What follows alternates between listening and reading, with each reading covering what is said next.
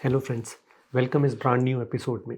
आज हम बात करने वाले हैं कि रियल एस्टेट में ऑफ़र प्रोसेस कैसे काम करता है, उसके अंदर क्या-क्या एलिमेंट्स होते हैं और उसको आज हम समझेंगे डिटेल में।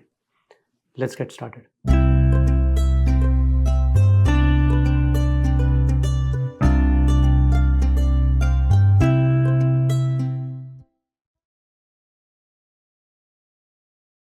ऑफ़र प्रोसेस समझने से पहले हम ये जान लेते हैं कि रियल एस्टेट की ऑफ़र के अंदर क्या-क्या चीज़ें इन्वॉल्व्ड होती हैं।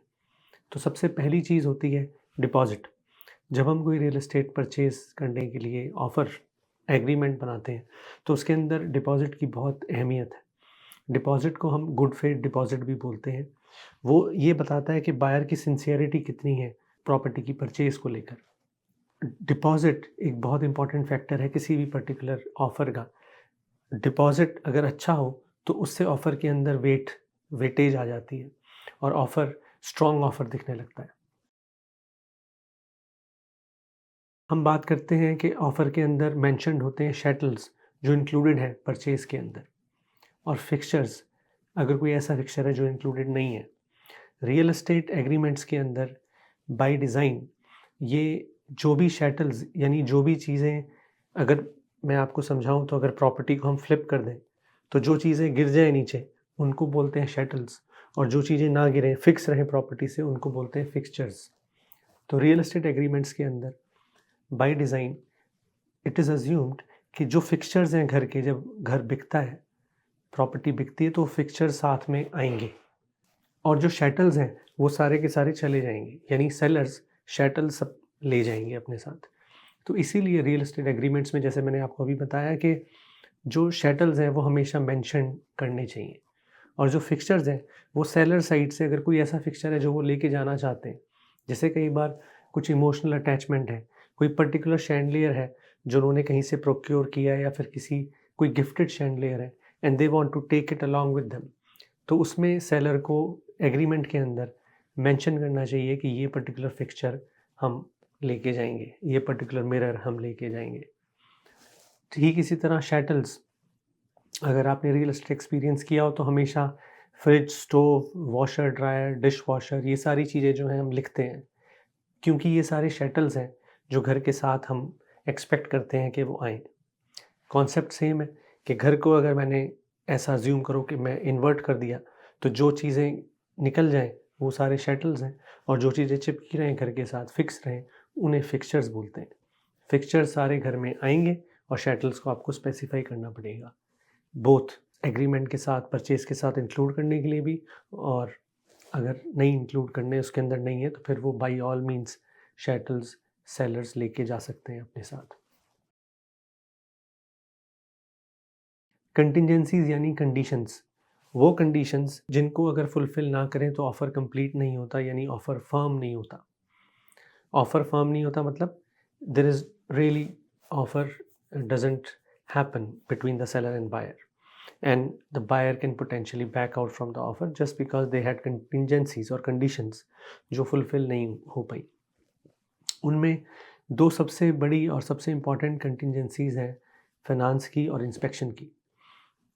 जनरली यहाँ पर आप देखोगे GTA में for a residential transaction 5 business days की फाइनेंस या 5 बिजनेस डेज़ की इंस्पेक्शन कंडीशन होती है।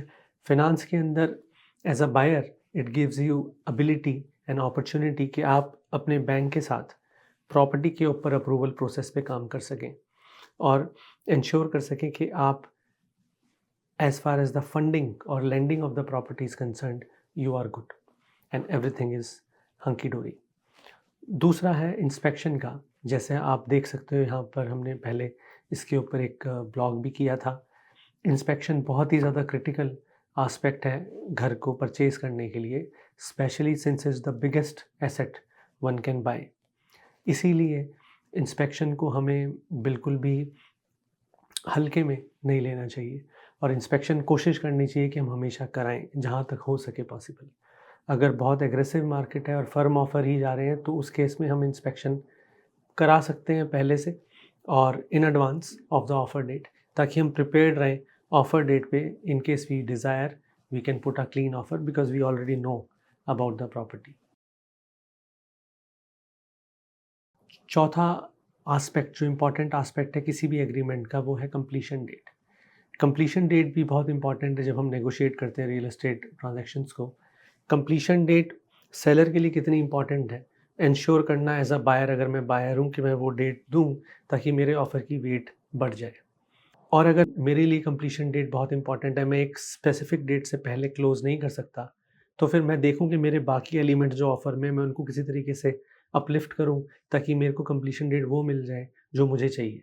तो real estate agreements, before buyer and seller they agree with each other, there is lot of back and forth, and there are lot of these elements which are very nuanced elements. As a buyer or as a seller, we need to see कि हमारे को सबसे ज़्यादा critical हमारे लिए क्या है, purchase price है, कंप्लीशन डेट है, डिपॉजिट अमाउंट है, and then we need to play along with it. Like जो जो चीज़ें हमारे लिए इंपॉर्टेंट है, हमें इंश्योर करना चाहिए कि वो हमें मिले, और जो जो चीज़ें सामने वाले के लिए इंपॉर्टेंट है, हमें इंश्योर करना चाहिए कि वो उनको मिले, ताकि विन विन नेगोशिएशन हो, दोनों पार्टीज़ को लगे कि हाँ, मेरे साथ कुछ गलत नहीं हुआ, मेरे को अच्छी अपॉर्चुनिटी मिली, सेल के लिए भी और परचेज़ के लिए भी। पाँचवीं चीज़ जो मैं बताना चाहता हूँ यहाँ पर, कि कोई भी ऑफ़र जब रियल एस्टेट में जाता है तो वो इंडेफ़िनिट नहीं होता। मेरा मतलब कहने का ये है कि अगर आपने कोई एसेट परचेज़ करने के लिए एग्रीमेंट बना और आपने सामने सेलर को दिया, सेलर ब्रोकर को दिया, तो वो ऐसा नहीं है कि वो 5 दिन बाद या 10 दिन बाद बोले कि हाँ, भई मुद्दत हमें ये मंज़ूर है, आपके क्लाइंट्स के लिए जो आपने ऑफ़र भेजा था, ऐसा नहीं। हमेशा ऑफ़र की एक इर्रिवोकेबिलिटी होती है कि वो गुड है, इर्रिवोकेबल बाय बायर है अप टू 12 आवर्स और 24 आवर्स या और 48 आवर्स। जीटीए में जनरल कन्वेंशन है कि ऑफ़र की रिवोकेबिलिटी 24 घंटे का हम टाइम देते हैं सामने वाले ब्रोकर को। कई बार एस्टेट सेल्स होती हैं या सेल्स इन्वॉल्व्ड होती हैं जहाँ पे एग्जीक्यूटर्स इन्वॉल्व्ड हैं, तो उस केस में 48 घंटे का इर्रिवोकेबल भी होता है। वो पहले से ही हमें पता होता है लिस्टिंग में कि इस पे 48 आवर्स की रिक्वेस्ट है रिवोकेबल की, for such and such reason, या फिर 72 आवर्स का रिवोकेबल है। मल्टीपल पार्टीज़ ने मिलके डिसाइड करना है कि प्रॉपर्टी की सेलिंग के लिए, सो दे नीड टाइम, और lawyers need to be involve, so they need time. तो इसीलिए इर्रिवोकेबिलिटी बहुत इंपॉर्टेंट है, बिकॉज़ अगर मैं बायर हूँ और मैं किसी प्रॉपर्टी के लिए ऑफ़र डालना चाहता हूँ, तो मैं ये नहीं चाहता कि मैं अब बंद जाऊँ। अगर आपको एज़ अ सेलर मेरा ऑफ़र मंज़ूर नहीं है on the terms which I have mentioned, तो मेरे को पता होना चाहिए कि मैं अब ओपन हूँ दूसरी जगह पे दूसरी प्रॉपर्टीज़ को कंसिडर करने के लिए। That's the reason irrevocability is very important. And in real estate, everything has to happen within the irrevocable period. अब ऑफ़र प्रिपेयर्ड है, आपने अपना एनालिसिस किया, पहले शुरू में प्रॉपर्टीज़ रिव्यू की, कोई प्रॉपर्टी समझ में आई, आपने, आपके ब्रोकर ने उसका फेयर मार्केट वैल्यू एनालिसिस किया कि उस प्रॉपर्टी की सही वैल्यू क्या है as per today's market. Listing जब होती है तो लिस्टिंग में तो सेलर और लिस्टिंग ब्रोकर जो है अपने हिसाब से लिस्टिंग अमाउंट पे पिच करेंगे प्रॉपर्टी को, but that should not have any bearing on कि हम अपना एनालिसिस में क्या वैल्यू आती है। अपने एनालिसिस की value is absolutely independent, it should be totally based on the market, the comparable sold properties in the recent past of similar specification of the subject property. उससे हमें पता लगता है कि फेयर मार्केट वैल्यू क्या है property. इस fair market value के बेस पे आप अपनी ऑफर स्ट्रैटेजी या नेगोशिएशन स्ट्रैटेजी बनाते हो कि भाई मैं यहाँ से स्टार्ट करूँगा और मैं यहाँ तक जाऊँगा। This range also, this ceiling what I have is also with in the fair market value, ताकि ये इंश्योर हो जाए कि एज अ परचेजर हम ओवर पे ना करें किसी भी प्रॉपर्टी को लेके, ऑब्जेक्टिवली हम प्रॉपर्टी को खरीदें, ताकि मार्केट चाहे ऊपर जाए चाहे नीचे जाए, but we are always safe and secure from all of this cyclical market events. अब आपने जब ऑफ़र क्रिएट किया, तैयार किया, अपनी टर्म्स जैसे जैसे हमने सब डिस्कस की चीज़ें, उसके बाद वो ऑफ़र को सबसे पहला स्टेप होता है ऑफ़र रजिस्ट्रेशन। ऑफ़र रजिस्ट्रेशन का मतलब होता है कि अगर मैं एक बायर को रिप्रेजेंट कर रहा हूँ एज अ बायर ब्रोकर, तो मैं सामने वाले ब्रोकर को बोल रहा हूँ कि भाई मेरे पास साइंड ऑफ़र है on this property of yours, इसमें रिवोकेबल डेट ये है, ये लोग हैं, बायर्स हैं, या ये कंपनी है जो ये प्रॉपर्टी खरीदने के लिए ऑफ़र दे रही है, और I have everything ready with me. So that's first part, that is offer registration. Offer registration बहुत इंपॉर्टेंट हो जाता है जब हम मल्टीपल ऑफ़र्स की बात करते हैं, जहाँ पर बहुत सारे ऑफ़र्स हैं। It's a typical sellers market, और जहाँ पे बहुत सारे बायर्स हैं जो क्यू अप कर रहे हैं to potentially to buy the property. तो उसमें ऑफ़र रजिस्ट्रेशन से ये पता लगता है कि हमारे पास कितने ऑफ़र हैं, 2, 3, 4, 5, 8।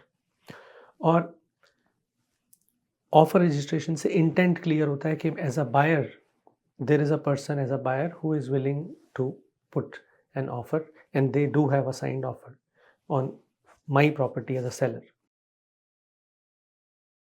ऑफ़र प्रेजेंटेशन में बायर सेलर के ब्रोकर सेलर मिलते हैं। जो ऑफर्स टेबल पे आते हैं वो या तो फिजिकली इन पर्सन प्रेजेंट होते हैं, एक एक करके सारे ब्रोकर्स, या अगर एक ही ब्रोकर इन्वॉल्व है तो वो फिजिकली मिलके प्रेजेंट करते हैं। कोविड से पहले तो यही नॉर्म था।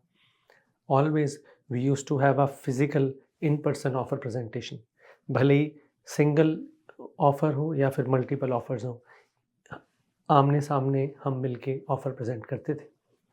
कोविड के बाद things have become more electronic and more digital, and now all of this communication back and forth happens in email. Offer presentation के बाद जो जनरली आजकल आप देखोगे ईमेल में और डिजिटल मीन्स से होती है, उसमें 3 सिनेरियो बनते हैं फाइनली, कि आपने कोई ऑफ़र भेजा, उस पे सेलर 3 तरीके से रिएक्ट कर सकता है। पहला, कि वो उस ऑफ़र पे कुछ ना करे, तो जो इर्रिवोकेबिलिटी टाइम होगा, जैसे मान लीजिए हमने आज शाम को 5 बजे भेजा और ऑफ़र कल शाम 5 बजे तक वैलिड है, इर्रिवोकेबिलिटी कल शाम 5 बजे तक है। तो कल शाम 5 बजे तक वो कुछ ना करें, तो फिर वो ऑफ़र एक्सपायर हो जाएगा। व्हाट दैट मीन्स इज़ कि उस ऑफ़र की कोई वैलिडिटी नहीं है अब। वो 5:15 बजे कल या 5:30 बजे वो मेरे को ये नहीं कह सकते कि हाँ भाई Mudit, we like your buyer's offer and we are going to accept it. Sorry, it's too late because that offer was valid only till 5 PM tomorrow. उस केस में उस ऑफ़र को दोबारा से रिलिव करना पड़ेगा या फ्रेश ऑफ़र क्रिएट करना पड़ेगा, so that it's becomes valid again in case both parties still want to deal with each other. दूसरा सिचुएशन हो सकती है कि बायर ब्रोकर ने ऑफ़र भेजा सेलर ब्रोकर को, और सेलर ब्रोकर सेलर वहाँ से साइन बैक करें या काउंटर साइन करें। साइन बैक का मतलब है कि किसी भी चीज़ ऑफ़र के अंदर, चाहे वो परचेज़ प्राइस हो, चाहे वो डिपॉज़िट अमाउंट हो, चाहे वो कंडीशंस हो, चाहे वो क्लोजिंग डेट हो, रिक्विजिशन डेट हो, कुछ जितने भी एलिमेंट्स होते हैं ऑफ़र के अंदर, या कोई शैटल रिमूव किया या कोई फिक्सचर ऐड किया एक्सक्लूजन के लिए, या कोई रेंटल आइटम ऐड किया जो पहले मिस हो गया था, कोई भी चीज़ अगर सेलर एग्रीमेंट के अंदर जो ओरिजिनली बायर ब्रोकर ने भेजा है सामने वाली पार्टी को, अगर कोई भी चीज़ वो चेंज करते हैं, then it becomes a sign back. Because the idea is कि जो मैंने एज़ अ बायर ऑफ़र भेजा, आपने उसको एज़ इट इज़ नहीं एक्सेप्ट किया, आपने कुछ चीज़ उसके अंदर चेंज कर दी। अब क्योंकि आपने कुछ चीज़ चेंज कर दी, तो मेरे को एज़ अ बायर दोबारा से देखना पड़ेगा कि आपने क्या चेंज किया है and whether it meets my aspiration still और नॉट। हम फिर दोबारा देख सकते हैं कि हमारे लिए जो अब टर्म्स कुछ अगर चेंज हुई हैं सेलर की तरफ से, क्या वो सारी चीज़ें काम करती हैं? अगर नहीं काम करती, तो फिर हम दोबारा से उसमें साइन बैक कर सकते हैं और दोबारा से सामने वाली पार्टी को, सेलर को दे सकते हैं with some irrevocability time, so that now they can decide again whether they want to accept or they want to further do a sign back. So this sign back or the counter offer is a perpetual thing back and forth between the seller and the buyer, जब तक कि वो दोनों align ना हो जाएं on the terms, all of the terms of the offer. तीसरा scenario situation जो बनता है वो ये कि एज अ बायर आपने एक ऑफ़र भेजा सेलर को, और सेलर ने बिना कुछ उसके अंदर चेंजेस करे उसको एक्सेप्ट कर लिया within the irrevocability period. So this is the third eventuality which can happen, कि सेलर ने ऑफ़र एज इज़ एक्सेप्ट कर लिया।